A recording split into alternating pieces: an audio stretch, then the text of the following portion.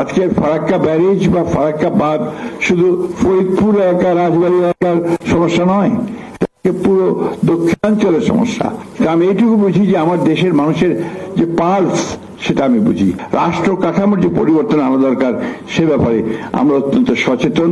বাংলাদেশে যে পদ্মা ব্যারেজ এবং পদ্মা সেতু, এটার প্রয়োজনীয়তাটা এটা অস্বীকার করবার কোনো উপায় নেই।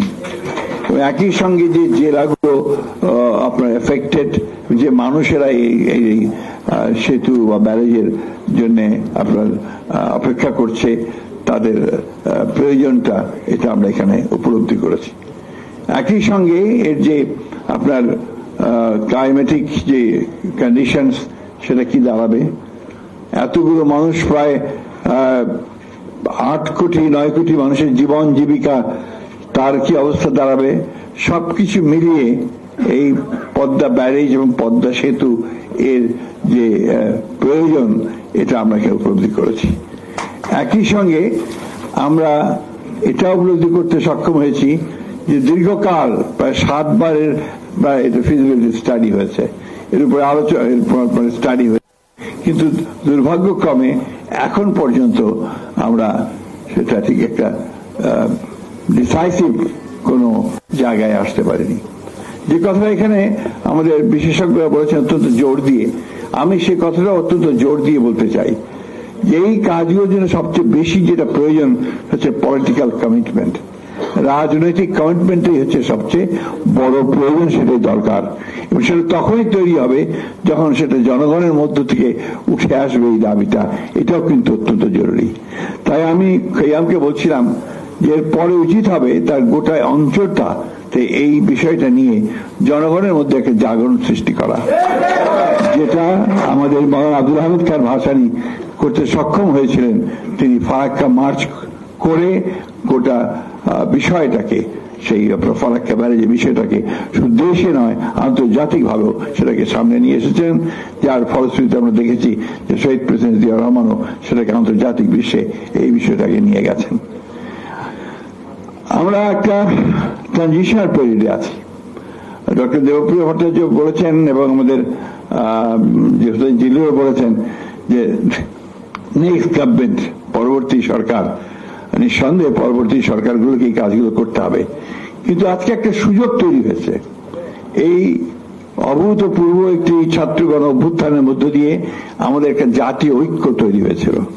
সেই জাতীয় ঐক্যকে সামনে নিয়ে আমরা যদি সবাই আমাদের মূল বিষয়গুলোকে সামনে আনতে পারি, সেই বিষয়গুলো যদি কাজ করে চিন্তার ঐক্য মধ্যে যদি থাকে, তা নিঃসন্দেহে আমরা সফল হব। আজকের ফারাক্কা ব্যারেজ বা ফারাক্কা বাঁধ শুধু ফরিদপুর এলাকা, রাজবাড়ী এলাকার সমস্যা নয়, পুরো দক্ষিণাঞ্চলের সমস্যা। সুতরাং ওই মানুষ, আপনাদের সমস্ত নাগরিকদেরকে যেটা বললেন, সেই নাগরিকদেরকে আজকে ঐক্যবদ্ধ হতে হবে, সব স্তরের মানুষদেরকে হয়ে তাদেরকে সেই দাবি নিয়ে সামনে দাঁড়াতে হবে। সেই যে সরকারই আসুক, যেটা আমাদেরকে আমরা চাই, যেটা ডক্টর হোসেন জিলুর বলেছেন যে আগে থেকে এই বিষয়ে আমরা কাজ করতে পারি কিনা। অবশ্যই আমরা এই বিষয়টাতে আপনারা অত্যন্ত সচেতন। দক্ষিণাঞ্চলের বহু অংশ এখন আপনার মানুষ চলে যাচ্ছে, ছেড়ে যাচ্ছে, কারণ সেটার আর বাসোপযোগী থাকছে না।